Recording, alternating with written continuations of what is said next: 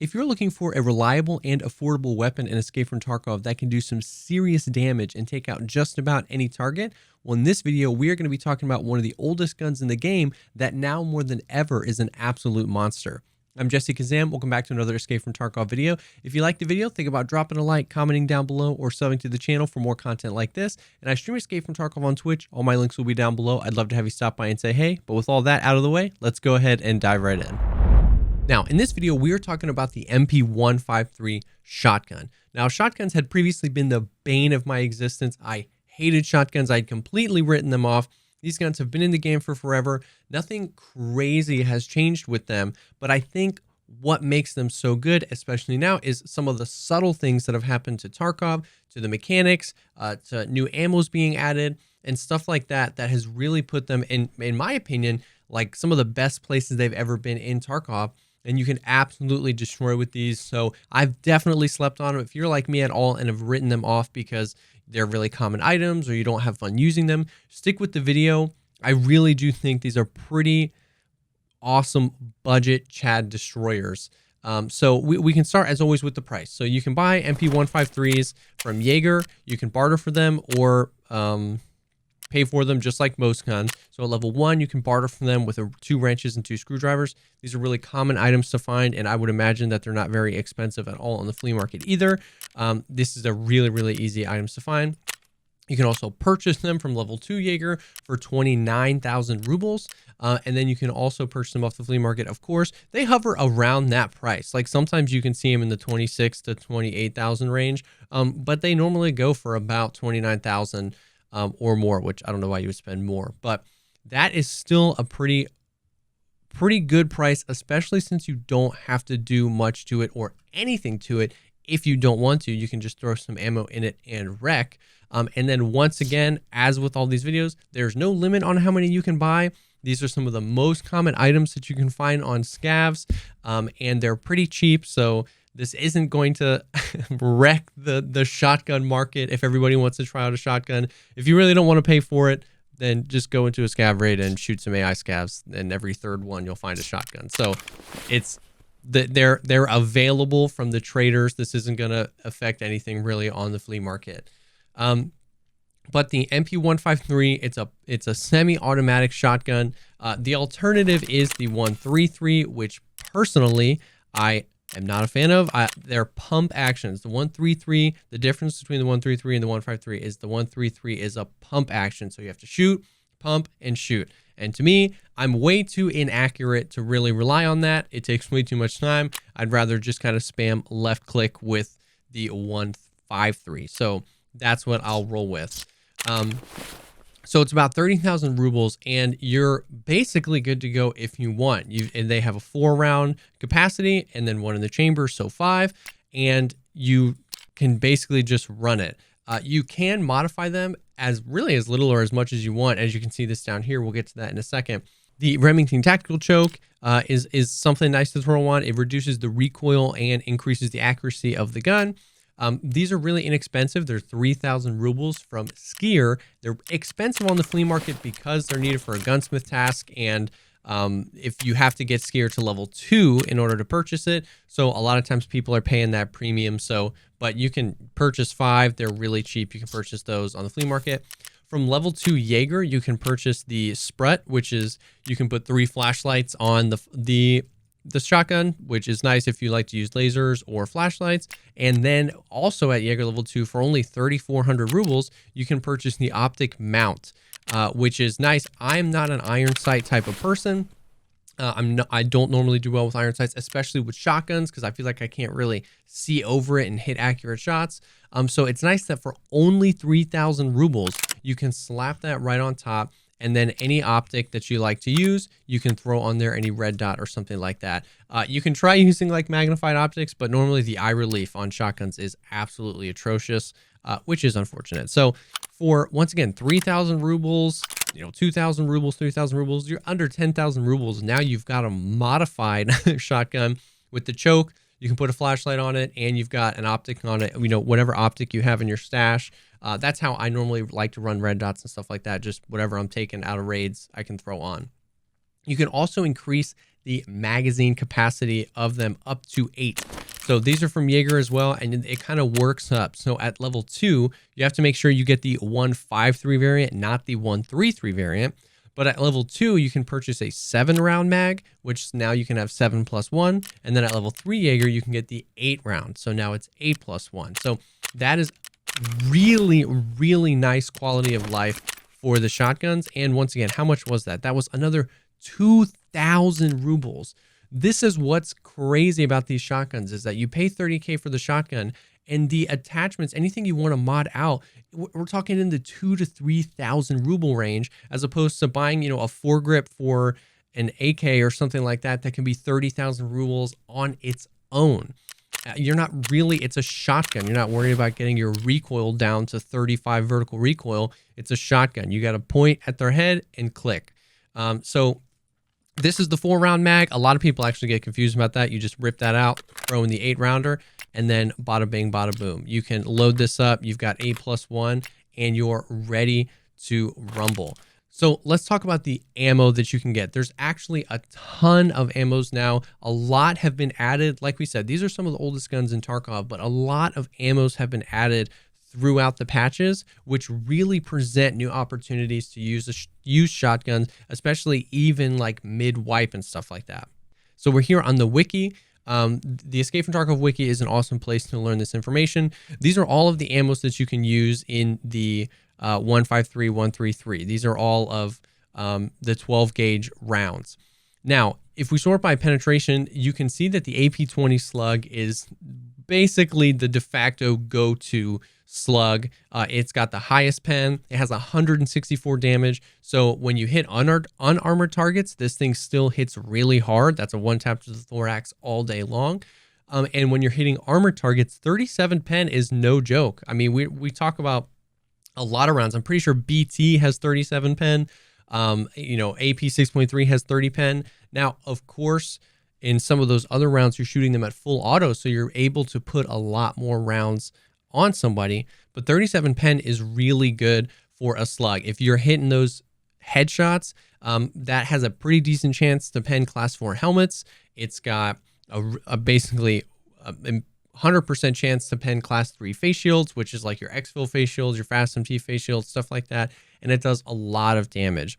The kind of secondary go-to for pen is the flechette rounds, because they have 31 and you're shooting 8 pellets. So that's when flechette can come in and actually sometimes do better at destroying armor than like the AP-20s. If you're really close and you're putting all 8 pellets on somebody, that's a lot. That's 200 damage. So that's a little bit more damage, and 8 pellets doing 31 pen. So it's got less armor damage, but that's because that's per pellet. The armor damage of the AP-20 is really good. You're crushing that armor. So the flechette, it's really just kind of an up to you experience. A lot of times I like using a buckshot or something with more rounds, because there's a little bit more forgiveness on hitting some of those, even if you miss your shot, but you're going to be doing less damage. Whereas with an AP-20, if you're hitting it, you're doing really, really good damage. So that's why the flechette, it's really up to you. Test and see. It can seem inconsistent, because sometimes you can shoot somebody and feel like it was a good shot, but if only half the pellets hit, you're only doing half the damage. So, and then if we want to flip this and start talking about high damage output rounds as opposed to high pen, we've got some crazy stuff. So once again, kind of the de facto go-to for high damage is the Magnum Buckshot. People use that a lot these days. It's got 8 pellets and it does 50 damage per pellet for 400 total damage. That's like a 2-tap to the leg and that person is a goner. And 1 tap to the leg and you've blacked out quite a few limbs. I mean, if you've been playing Tarkov for a while, you've probably gotten, hit in the leg by a scab with Magnum Buck, and it's devastating. That is a ton of damage to do. No pen whatsoever. And something interesting to note is that the Magnum Buck does come with some other penalties, a little bit of an accuracy penalty and an increase to the recoil of the gun. Now, this is something that a buddy of mine suggested, is using Express for a few reasons. So Express does a little bit less total damage. I think if you hit every pellet, Express does like 315 damage, 320 damage, as opposed to the 400. That's still an insane amount of damage. And what you get instead is 9 pellets instead of 8, which kind of you can view as a good thing or a bad thing. It's got a higher chance of you to hit at least a few pellets because you have an additional pellet. All of these pellets on both of them are 1 taps to the head. If it's a completely unarmored head, any pellet hitting the face and it's 35 damage to the head and they're dead. And you don't get those accuracy or recoil debuffs. You actually get a buff to accuracy and nothing done to recoil. So the Express can oftentimes be a just as viable option. And then the other thing here is the just standard 7 nanometer buckshot does a ton of damage. I think this does almost 300 damage as well. 8 pellets, 39 damage. Any pellet that's going to hit you in the face is going to kill you. And this is an incredibly cheap and incredibly available round. So that's what the rip slugs are like. Rip ammo is often like the high damage ammo, but it's a slug for leg meta. If you're going for unarmored people and you're trying to hit them in the legs, I feel like slugs are a terrible choice for leg meta because you really have to hit those shots really accurately. And when people are like AD strafing, it's really hard to hit legs, as opposed to with a buckshot round, you can just aim down and just spam left click and you're basically going to destroy that person. So we can actually go look at the price of these ammos and it falls right in line with everything else we're talking about with these shotguns, which is it's so cheap. So we can see AP20, the best ammo, the most expensive ammo is 323 rubles a round.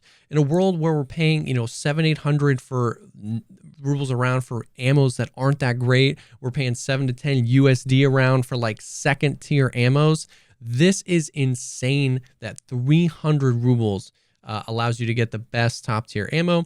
You can only buy 80, but with a shotgun, you're not going through ammo nearly as fast. We can see some of the other stuff. Express is only 41 rubles a round. Magnum is only 53 rubles a round. 7 nanometer buck, the just like standard buckshot round is 32 rubles a round. This is insane how cheap this stuff is comparatively. Flechette is only 79 rubles a round. So the AP20, of course, you're going to have to get all the way up to Jaeger level 4 to get, but you can pick up the Flechette at level 3 if you're not quite there. And you can pick up all this other stuff like Magnum Buck at level 2, and I guess Express is level 1. So you can go right for Express if you want that high damage output, or stick with the standard round. So when I was kind of putting together the info for this video, that's what makes this thing so devastating, is that the gun itself is relatively affordable. The attachments that you need are insanely affordable. For like 10,000 rubles, you can put everything that's on this, or just a little bit more. You can actually suppress the shotguns, like by getting a threaded adapter and a suppressor. That really depends. There's only 1 or 2 suppressors. You're going to need those for some quests, and they can be expensive. The suppressor alone can be up to 30 to 50K, depending on which one you use and when you're getting it from the flea market. But if you don't want to go suppressed, if you're really going budget, everything about the gun is cheap. The attachments are cheap. The ammo's cheap. There's a wide variety of ammos, which is a good thing, because a lot of times in Tarkov land, if this gun and this ammo pair really well together, that ammo is just sold out all the time, and then you're having to pay a premium on the flea market. With the shotguns, you have 2 different rounds that do really good for penetration, and you've got like 3 to 4 different rounds that do really good for flesh damage, and they're all really cheap. So you can really, really go budget and go high damage output with something like this if you can hit your shots. Tarkov shotguns are much more realistic in the sense that it's not like a video gamey spray where as soon as the bullets leave the barrel, they're like spraying outward. They're pretty tight groupings, and you can go into an offline raid or into the hideout and kind of test that out. But it's definitely worth a try. Now, this monstrosity down here is a huge, basically like tip of the hat to Deadly Slob while we talk about the next thing. So Deadly Slob created this, which he calls the fraud cannon. So another thing about the shotguns that's really nice is that A, they're very common, B, they're not that valuable, and C, they're really awkwardly shaped that oftentimes people don't take these, because if they want to loot and use something, put something else in their primary and secondary slot, if you have anything other than an attack 2, you can't fit it. Like anything smaller than an attack 2, you have a tri-zip or a scav backpack or any of the really common backpacks, you actually can't fit this shotgun. So what happens is they might take your optic and maybe the really cheap Remington tactical choke, and probably not even that. And then they have to leave the rest of the gun, including your 8-round mag. So basically most of the time they leave the adapter on. You can just get it back from insurance, slap a new optic on if you want it, and then just be ready to roll. And so Deadly really leaned into that and called this the fraud cannon. For like 20,000 rubles, you can put the pistol grip on it, which makes it like a huge weapon. You've got to put the adapter, then the grip, and then you can put a stock on it, and so on and so forth. And now, especially suppressed, you're talking about a 2x8 weapon that you can't even fit in an attack 2. You have to throw it here unless you pull the suppressor off, and then nobody's wanting to take that many cells of their loot, especially with the weight system and how valuable single slot items are. Nobody's taking this, and you can get this back from insurance. This is a huge tip of the hat to Deadly Slav for like inventing this, and I've even seen a few people run it. But so that's kind of the shotgun, the MP153. Like we talked about, we can make an honorable mention here quickly to the Saiga. The Saiga is only 25,000 rubles. It's around the similar price. On the flea market, you can absolutely pick these up for pretty cheap. These are also very common weapons on scavs and stuff like that. Some pros and cons to the Saiga. If you like magazine-fed weapons, you can have the 5 or the 10-round mags here, which is kind of nice. The only thing is, with the 10-round mags, it requires a rig that has 3 3x1s because they're tall. So that's a little bit harder to do. Whereas with the shotguns, you can just bring a stack and just load in. You might not get the mags back from insurance. There's a lot more that goes into it. You have to purchase the mags, where once again, you purchase an 8-round thing. Anytime you get this back from insurance, it's going to have that. You can just bring single stacks of ammo. You can load. And if you're in a combat situation and you're loading and you just hit left click, he'll stop loading even if it's only halfway full. So that's nice. You can basically, cancel the reload, but still have some bullets to shoot as opposed to having to initiate a reload.